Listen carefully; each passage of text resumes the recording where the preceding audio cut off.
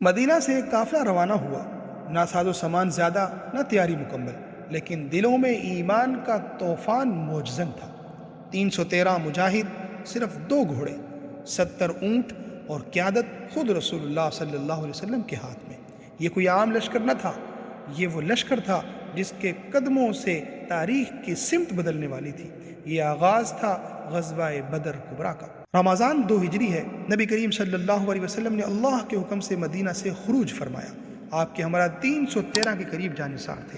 کچھ روایات میں 314 یا 317 کا بھی ذکر آتا ہے۔ ان میں سے 82 مہاجرین اور باقی انصار، 61 قبیلہ اوس سے اور 170 قبیلہ خزرج سے۔ یہ لشکر نہ کسی بڑی تیاری کے ساتھ نکلا اور نہ ہی ان کے پاس دنیاوی اسلحہ یا ساز و سامان تھا۔ پورے لشکر میں صرف 2 گھوڑے تھے، ایک حضرت زبیر بن عوام رضی اللہ تعالیٰ عنہ کا اور دوسرا حضرت مقداد بن اسود رضی اللہ تعالیٰ عنہ کا، جبکہ اونٹوں کی تعداد 70 تھی، جن پر 2 یا 3 صحابی باری باری سوار ہوتے۔ ایک اونٹ رسول اللہ صلی اللہ علیہ وسلم اور حضرت علی اور حضرت مرثد رضی اللہ تعالیٰ عنہ ان کے حصے میں آیا۔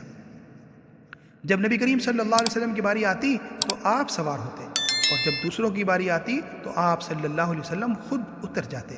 حضرت علی رضی اللہ تعالیٰ نے عرض کیا، یا رسول اللہ صلی اللہ علیہ وسلم، آپ سوار رہیں، ہم پیدل چلتے ہیں۔ آپ صلی اللہ علیہ وسلم نے فرمایا، تم مجھ سے زیادہ طاقتور نہیں اور میں تم سے زیادہ ثواب کا محتاج نہیں۔ یہ وہ عدل اور تواضع تھی جو صرف محمد رسول اللہ صلی اللہ علیہ وسلم کا وصف تھی۔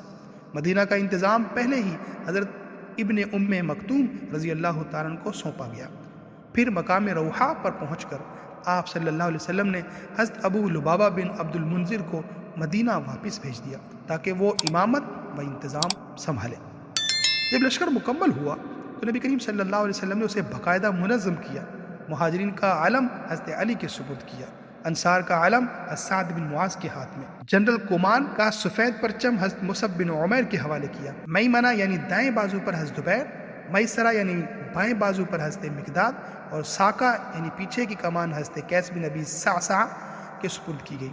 پھر وہ عظیم لمحہ آیا جب نبی کریم صلی اللہ علیہ وسلم نے بسم اللہ کہا اور مدینہ کے دروازوں سے بدر کی سمت روانہ ہوئے۔